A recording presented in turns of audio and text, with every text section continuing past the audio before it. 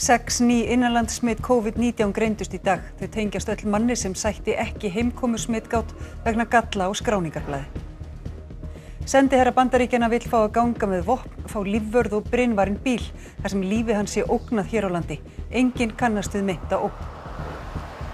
Pólsk stjórnvöld hafa ákveðið að segja sig frá sáttmála Evrópuráðsins sem miðar að því að koma í veg fyrir ofbeldi og kynjamisrétti. Dómsmálaráðherra landsins segir sáttmálann innihalda skaðlega hugmyndafræði. Brýnt að ríkið veiti auknum fjármunum til geðheilbrigðismála, segir forstjóri Landspítalans. Viðbúið sé að faraldurinn verði til þess að fleiri þurfi á geðþjónustu að halda í haust og vetur. Rapparinn Kanye West hefur beðið eiginkonu sína afsökunar á yfirlýsingum sínum í oflætiskasti. Formaður Geðhjálpar líkir honum við 100 strengja himneska hörpu, en geðlæknir segir erfitt að lifa með geðhvarfasýki án lyfja.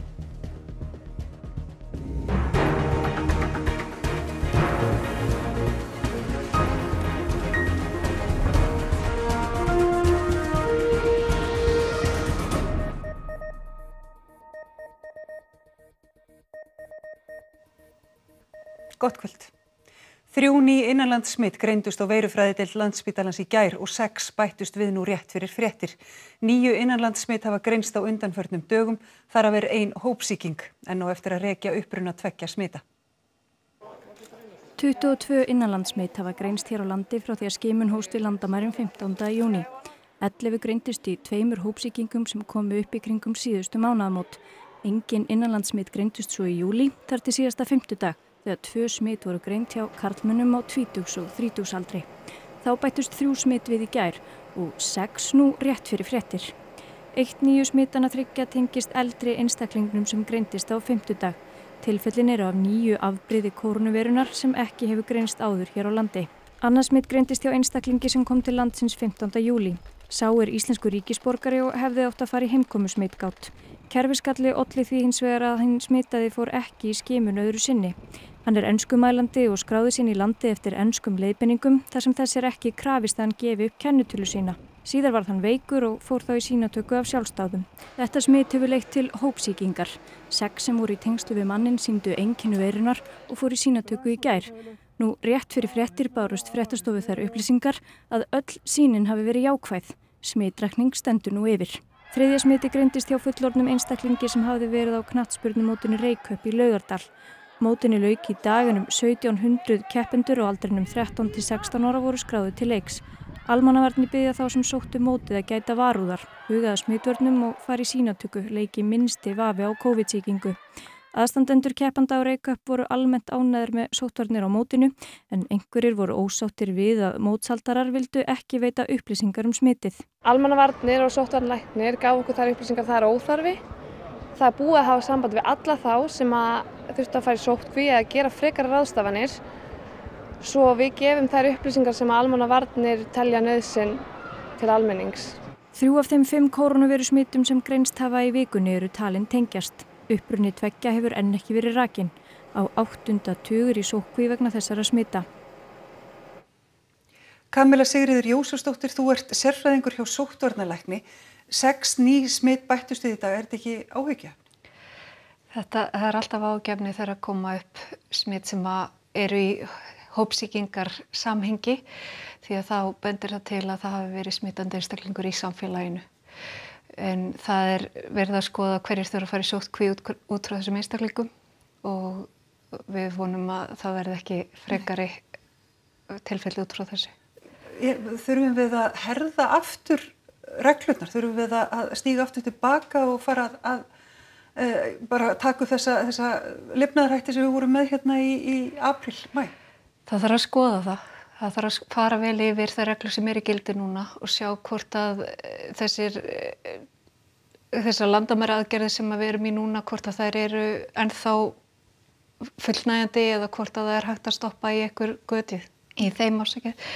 Og svo þarf að skoða í framhaldinu ef að það fara að koma fleiri smit sem eru ekki rekjanleg til ferðalaga einstaklingsins sjálfs eða tengdra aðila, að þá gæti þurft að grípa til harðari aðgerða aftur í samfélaginu. Það var kerfisvilla sem leiddi til þessarar hópsýkingar. Óttist þið að fleiri Íslendingar hafi komið til landsins án þess að fara í seinni sýnatöku? Það hugsanlegt að fleiri einstaklingar í svipari aðstöðu. Það sem sagt einstaklingar sem ekki með ríkisfang íslenskt og ekki með lögheimili á Íslandi en í rauninni hluta af samfélaginu, hér starfandi, hér búsettir í eitthvað tíma þó þeir séu ekki með lögheimili hér. Þannig að við þurfum að skoða betur hvort að við finnum einhverja leiðir til þess að hindra að þetta gerist aftur eða vekja betur athygli á því að þessum aðilum býðst að koma í seinni sýnatöku þó að það sé ekki alveg eins sjálfkrafa eins og fyrir þá sem eru íslenskir ríkisborgarar. Gefur þessi smit til kynna að það sé mögulegt að seinni bylgjan sé byrjuð? Ekki enn sem komið en við þurfum að vera á tánum. Akkúrat. Þakka þér kærlega fyrir komin hingað í Myndir Kamilla Sigríður Jósefsdóttir. Takk fyrir. Sendiherra Bandaríkjanna á Íslandi sannfærður að lífi hans sé ógnað og því vill hann bæði fá að bera vopn og fá vopnaðan lífvörð auk brynvarinnar bifreiðar. Í Washington sagt að hann sé haldinn ofsóknarbrjálæði. Árabil hafa heldur meinleysislegir og vopnlausir öryggisverðir staðið hér fyrir utan sendiherra Bandaríkjanna á Laufásveginum og gett þess að allt sé í lagi. En fyrir réttu ári flutti nýr sendiherra til landsins og hann telur ástæðu til að bæta í svo munar.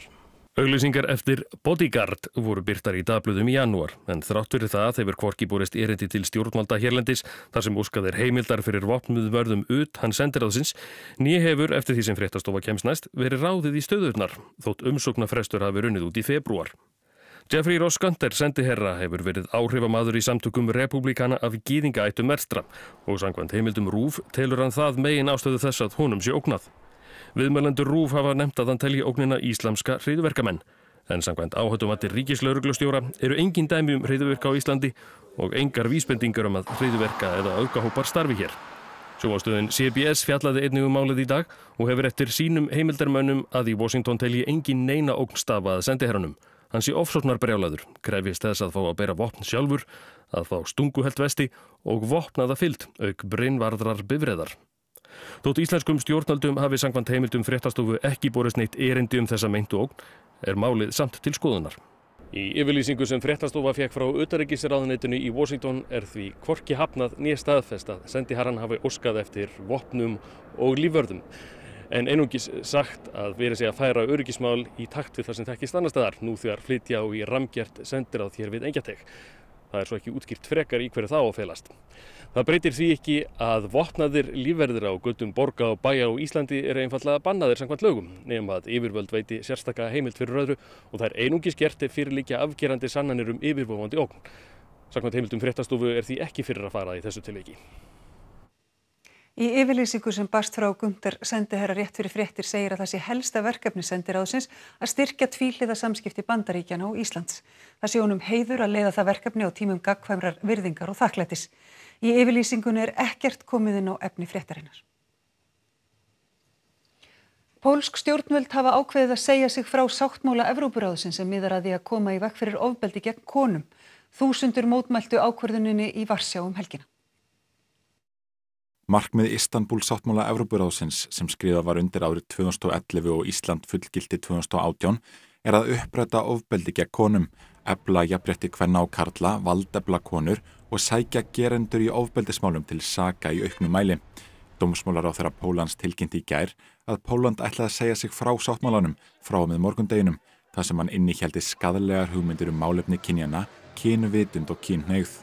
By nie być gołosłownym, jednym z nich jest konstruowanie pojęcia tak zwanej płci kulturowej, społeczno-kulturowej w opozycji do płci biologicznej, czyli prowadzenie do wniosku, że biologia nie determinuje tego, czy ktoś jest kobietą czy mężczyzną, tylko że to jest kwestia jakiegoś wyboru społeczno-kulturowego, który każdy może dokonywać.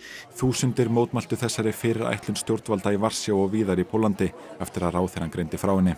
Þá hvatti Evrópuráðið Pólland í dag til að vera áfram hluti af sáttmálanum. Ákvörðun að segja sig frá honum væri stórt skref aftur á bak í baráttunni gegn kynjamisrétti og ofbeldi gegn konum. Þá hafa mannréttindasamtök bent á að enn og aftur séu pólsk stjórnvöld að leggja stein í götu hinsegin fólks. Reprezentujące właśnie te homoseksualne środowiska, nie wszystkie, bo to nie dotyczy przede wszystkich homoseksualistów, nie wszyscy homoseksualiści mają tego rodzaju poglądy, tylko pewna część aktywistów, która chciałaby tą sferę własnych przekonań przenieść na grunt obowiązującego prawa i narzucać wszystkim innym. Ríkið þarf að veita auknum fjármunum til geðþjónustu Landspítalans, þetta segir forstjóri spítalans. Viðbúið sé að einstaklingum sem þurfa geðþjónustu fjölgi í haust og vetur. Þó svo að ekki hafi verið sýnt fram á það með rannsóknum, spá margir því að áhrif á kórónuveiru faraldursins fari að gæta í haust og í vetur, í því að þeim fjölgi sem glíma við geðrænan vanda. Það sem við vitum hins vegar úr fyrri krísum og kreppum af ýmsu tagi, bæði efnahagslegum toga og stríðshörmungur og annað slíkt. Það sem álagi mikið er að við sjáum að nokkrum mánuðum til árum seinna þá leitar fólk í auknum mæli hjálpar vegna geðrænna vandamála. Þannig að það má alveg búast við þessu og við þurfum að vera viðbúin. Stjórnvöld hafa varið auknum fjármunum til geðheilbrigðismála á undanförnum árum. Í vor voru framlög til geðheilbrigðisþjónustu heilsugæslustöðva allt land aukin 540 milljónir króna. En það hefur líka komið í að byggja upp ákveðna þætti innan geðþjónustu Landspítala og ég tel að það þurfa að huga enn frekar að því á næstu mánuðum árum. Ég held að það verði ekki hjá því komist. Það þurfi ekki fjármagn frá ríki í þetta? Já. Páll segir ekki unnt að nefna upphæð fyrir þörfin fyrir geðþjónustu hafi verið betur skilgreind. Óvenju mikil aðsókn hefur verið í sumar að geðdeild Landspítalans. Nær geðþjónusta Landspítalans að annað núna þeirri eftirspurn sem eftir þjónustunni? Það er erfitt að svara því nákvæmlega. Ég vil hugsa á sama hátt og réttur að hugsa heilbrigðisþjónustu almennt sem þjónustunett, þá á það ekki síst við í geðheilbrigðisþjónustu. Að við hugsum það hvernig við veitum þjónustuna ekki út frá einstökum stofnunum, heldur út frá einstaklingunum sem þurfa þjónustu. Samvinna við heilsugæslustöðvar og aðra sem veita geðheilbrigðisþjónustu skiptir miklu, þó sé nauðsynlegt að bæta á þjónustuna, þeim fjölgi sem verða öryrkjar vegna geðrænna vandamála. Þannig við verðum í vaxandi mæli að setja því að fjármagn í þann málaflokk sem að eðlilegt er. Þessu tengt. Tónlistarmaðurinn Kanye West bað í dag eiginkonu sína Kim Kardashian afsökunar á ummælum sem hann lét falla í oflætiskasti. Formaður Geðhjálpar telur hann sækja sköpunarkraft sinn í geðhvörfin, en geðlæknir segir mikilvægt að fólk taki lyf til að halda sjúkdómnum í skefjum.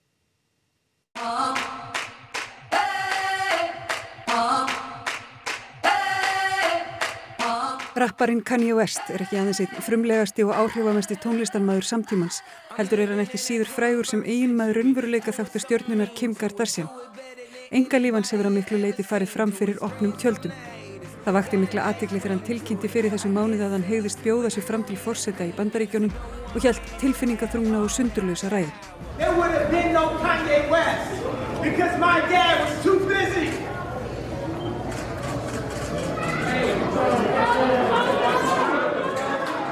Síðar birtust nokkur sérkennileg tíst frá honum á Twitter þar sem hann fullyrti meðal annars að eiginkona sín væri að reyna að láta leggja hann inn á spítala. Kim Kardashian birti síðar yfirlýsing á Instagram þar sem hún bað fólk að sýna manni sínum og fjölskyldunni skilning. Hann væri með geðhvarfasýki. Það væri erfitt fyrir ástvinans að hjálpa honum ef hann vildi ekki sjálfur leita sér hjálpar. Hann hefur síðan beðið hana opinberlega afsökunar. En þessi fræga fjölskylda er ekki einum að glíma við þetta vandamál. Talið er að 1% fólks fái geðhvörf. Ferdinand Jónsson er yfirlæknir geðteymis á spítala í London og þekkir sjúkdóminn vel. Og þessi sjúkdómur getur valdið svo óskaplega miklum hremmingum fyrir einstaklingana og sérstaklega fjölskyldunar og ástvini þeirra. Að það gjarnan þetta oflæti, þessi manía, hún getur eyðilagt sambönd, hún getur eyðilagt vinnu og valdið óskaplega mikil sorg. Og svo hinn hliðin sem er þunglindið, það er oft bara stórhættulegt af því það eru háar tíðnir af sjálfsvígum í þeim hópi. Þannig að mér þótti þetta fallegt að hún skildi segja þetta og þetta er bara mannlegt og manneskjulegt. Héðinn Unnsteinsson, formaður Geðhjálpar, hefur sjálfur glímt við geðhvörf og er aðdáandi Kanye West. Ef við erum 4 strengja jarðbundnir kontrabassar, þá er hann 100 strengja himnesk harpa sko. Og hann er svo ofboðslega skapandi og ofboðslega orkumikill og klárlega í sinni kröftugu tengslahugsun, af því að maður verður að vara við þessa tengslahugsun hjá okkur sem við sem við fengið að reyna það að fara í oflætis ástand þekkjum svo vel. Kanye West vill ekki taka geðlyf því hann telur að þau dragi úr sköpunargáfans. Hann hefur fjallað geðhvörfin meðal annars á plötunni Ye. But sometimes I think really bad things. Það er hans val og hann vill fara þessa leið. Mörgum finnst það sko hefta oft þetta skapandi element sem felst í þessari óheftu tengsla hugsun og ofboðslega sköpunarkrafti eldsins sem hann klárlega hefur, en En svo náttúrulega, sko, gallarnir á því eru oft miklar þjáningar og öldudalir og dimmir kjallarar og myrkur. Mikið oflæti eða manía, þá ertu ekkert að búa til einhverja stórkostlega hluti, þá ertu bara hliðinni.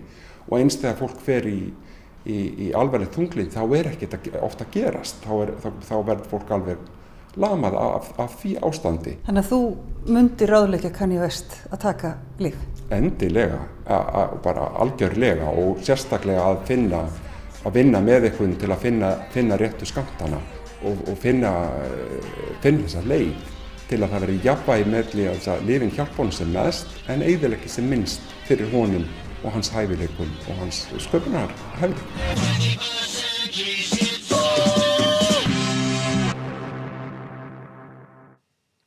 Forsætisráðherra segir ekki óeðlilegt að lífeyrissjóðir settu sér viðmið í sinni fjárfestingarstefnu réttindi vinnandi fólks.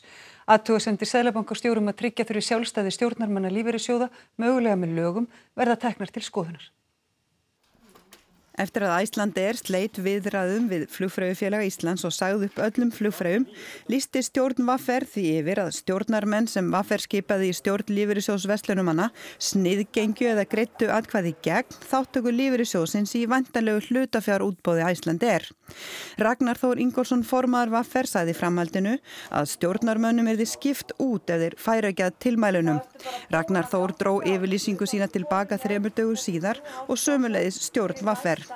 Ásgeir Jónsson seðlabankastjóri sagði í fréttum RÚV á föstudag að tryggja þyrfti sjálfstæði stjórnarmanna lífeyrissjóða í samþykktum sjóðana og mögulega með lagabreytingu. Katrín Jakobsdóttir forsætisráðherra segir mikilvægt að stjórnarmenn lífeyrissjóða séu sjálfstæðir en telur það nú þegar tryggt með lögum. Nú hefur seðlabankastjóri sem fer þetta með fjármálaeftirliti sem hefur með þetta að gera sagt að það þurfa að skoða sérstaklega regluverki í kringum þetta sjálfstæði og við að sjálfsögðu munum taka það til skoðunar ef eitthvað þarf að fara yfir það. Katrín segir að lögum samkvæmt skuli lífeyrissjóðir setja sér siðferðileg viðmið í fjárfestingarstefnu sinni. Æskilegt sé að í henni sé fjallað þau samfélagslegu og siðferðislegu viðmið sem þeir vilji leggja áherslu á í fjárfestingum sínum. Ég teldi ekkert óeðlilegt að lífeyrissjóðir settu sér sömuleiðis viðmið í sinni fjárfestingarstefnu réttindi vinnandi fólks. En ég tel eðlilegt að slíkar ákvarðanir séu teknar í gegnum stefnumótun en ekki í gegnum einstakar fjárfestingarákvarðanir. Kerfisbundnum rasisma og ákvörðun Bandaríkjaforsetum að senda sveitir alríkislögreglumanna í borgir til að kveða niður óeirðir var mótmælt víða í gær. Á 50 mótmælenda voru handteknir í Seattle. Lögreglan í Seattle beitti blosssprengjum og piparúða í fjölmennum mótmælum þar í gær sem lögreglan hefur lýst sem óeirðum. 21 lögreglumaður slasaðist og minnst 45 mótmælendur voru handteknir. 2 mánuður eru síðan mótmæla alda gegn kerfisbundnum rasisma hófst í Bandaríkjunum eftir að lögreglumaður var George Floyd að bana. Blásið var til mótmælana til að sýna mótmælendum í Portland samstöðum. Þar hefur ítrekað komið til harðra átaka milli lögreglu og mótmælenda eftir að Bandaríkjaforseti sendi þangað sveitir alríkislögreglumanna sem keyrt hafa á ómerktum bílum í óþökk yfirvalda.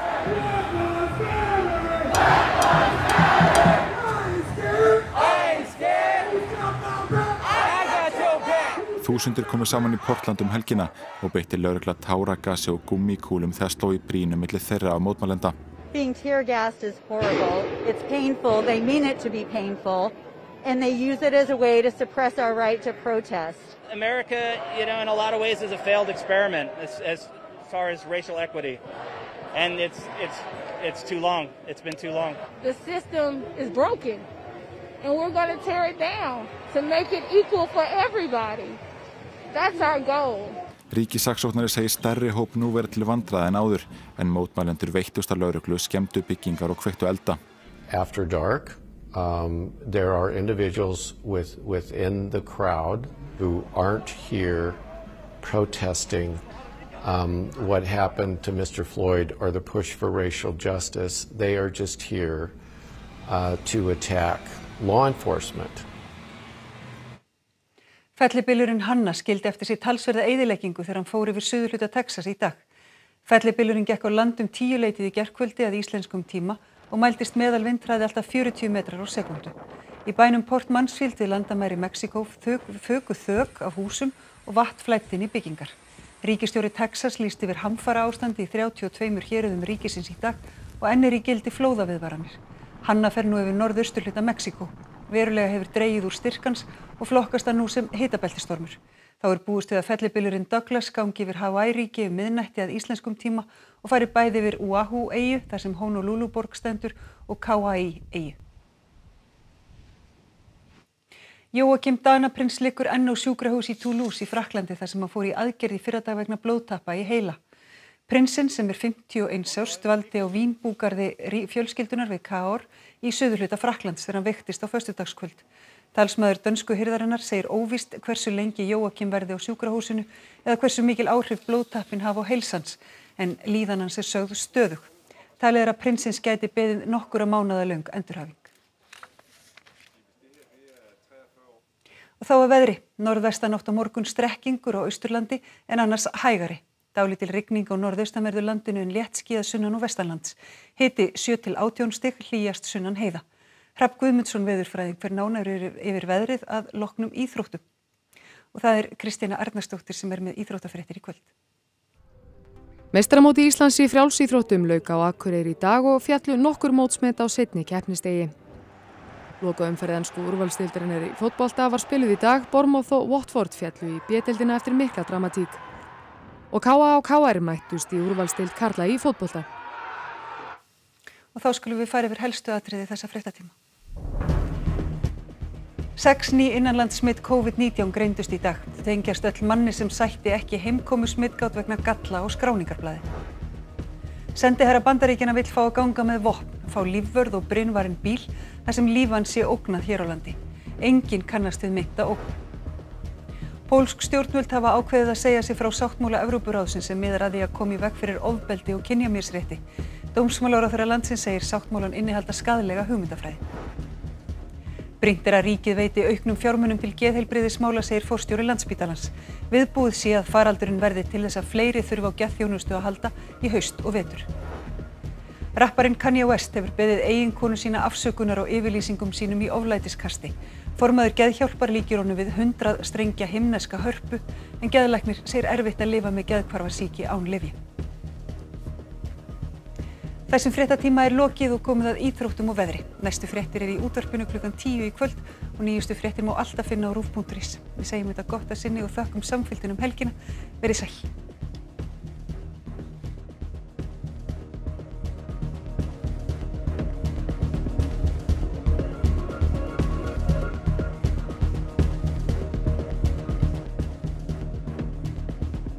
Á RÚV í kvöld. Sumarlandin verður á flakki í sumar og hittir landan fyrir upp á fjöllum út í garði, á tjaldsvæðinu, vinnustanum